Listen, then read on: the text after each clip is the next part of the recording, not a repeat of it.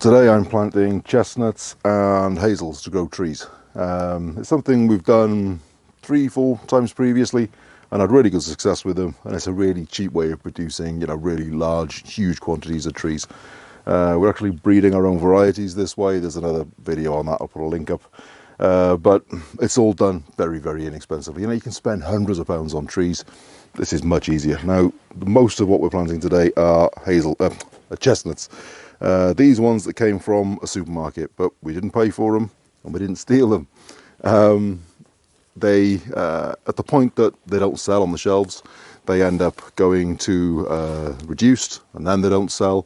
They get offered to the staff in the supermarket for free, and if they still don't get eaten at that point, even for free, at that point they're going to be disposed of, and that's where we've intercepted them. But some of these are really good quality. I mean, that's still a totally viable nut, and in fact, going through them, I can't see it just now, but I saw one of them that actually started to sprout.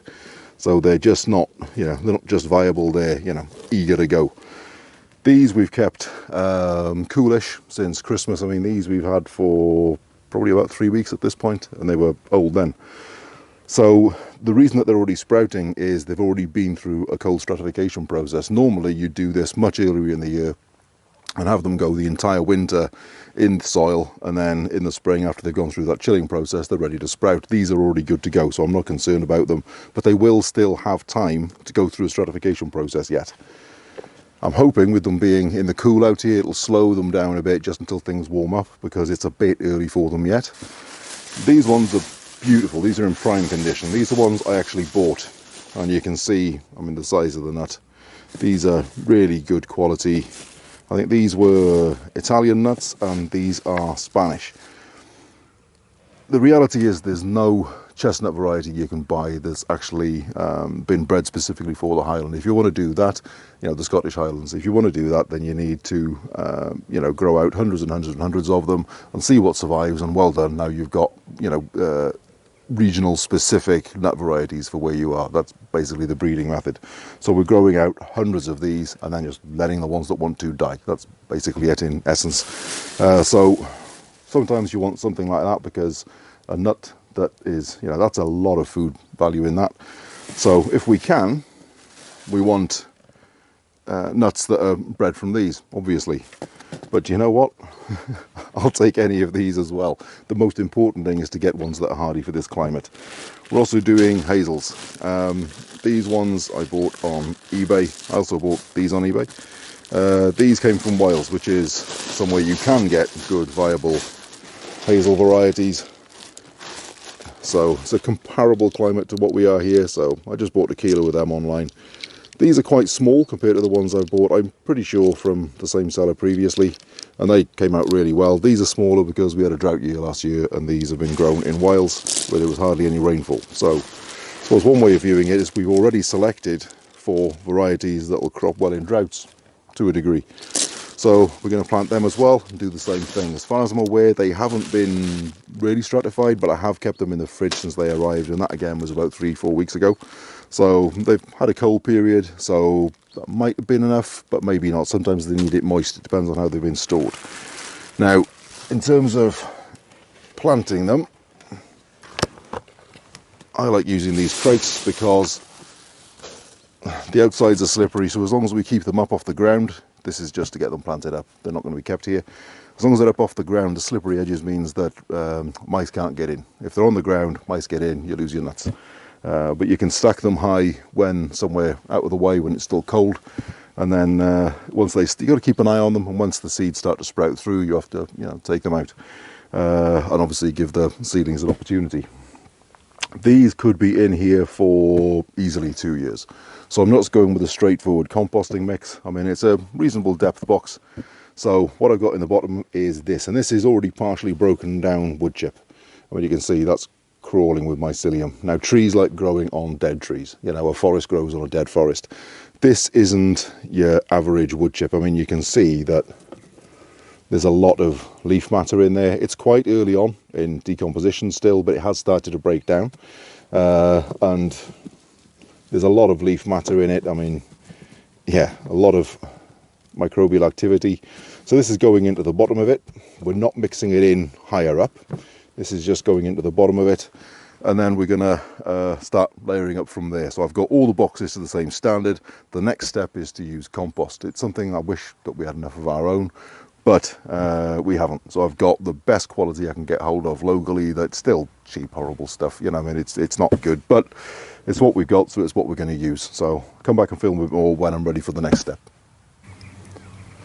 So all the boxes have had a layer of compost, maybe, I don't know, 5 or 6, maybe 5 centimeters thick, and it's time to start putting the seed in. Now, as I go, I'm going to do a little bit of quality selection. So, for example, let's have a look.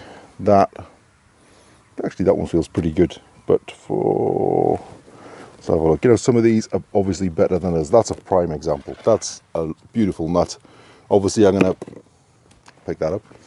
I'm going to reach for that nut to put in the ground a lot quicker than I'm going to reach for something like that, for example. Also, that's a little bit spongy. That's still very, very firm. They're fairly forgiving, but I'm still going to maximize my chances by going for the healthiest ones I can find in the tub here. I'm going to put 3 of these with this batch of chestnuts. I'm going to save 1 of these crates for the hazels, and then I'm going to do the last crate that's on the bottom is going to be done with the really fancy the chestnuts that cost me money.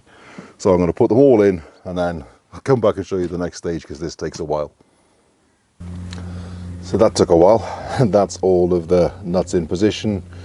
We got 1 tray of hazels, we've got 3 trays of these Spanish hazelnuts, and then we got this, the deeper tray of these, I mean, just comedy oversized giant Italian chestnuts.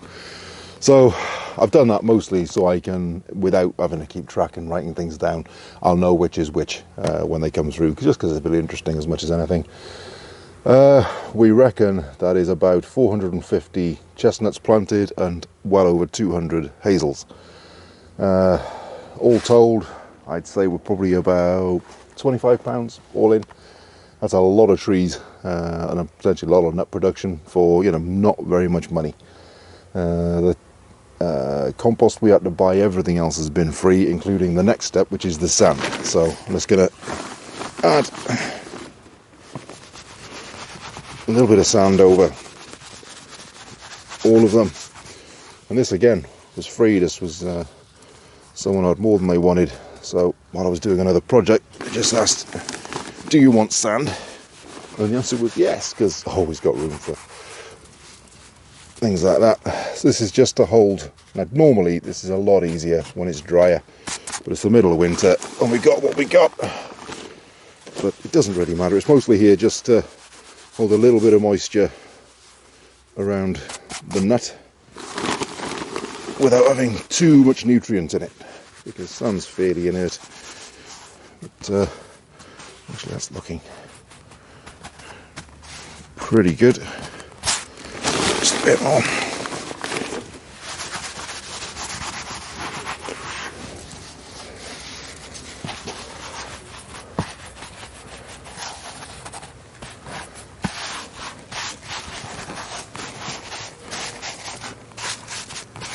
So I'm trying not to disturb the nuts too much because they've been placed where they're not touching. So if one of them isn't viable and it starts to rot in the ground, there's less chance of it affecting the one around them. See, that's pretty close now.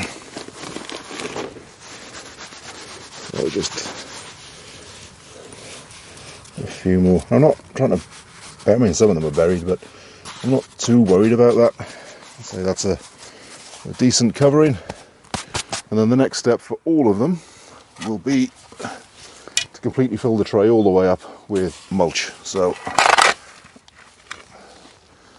this is really nice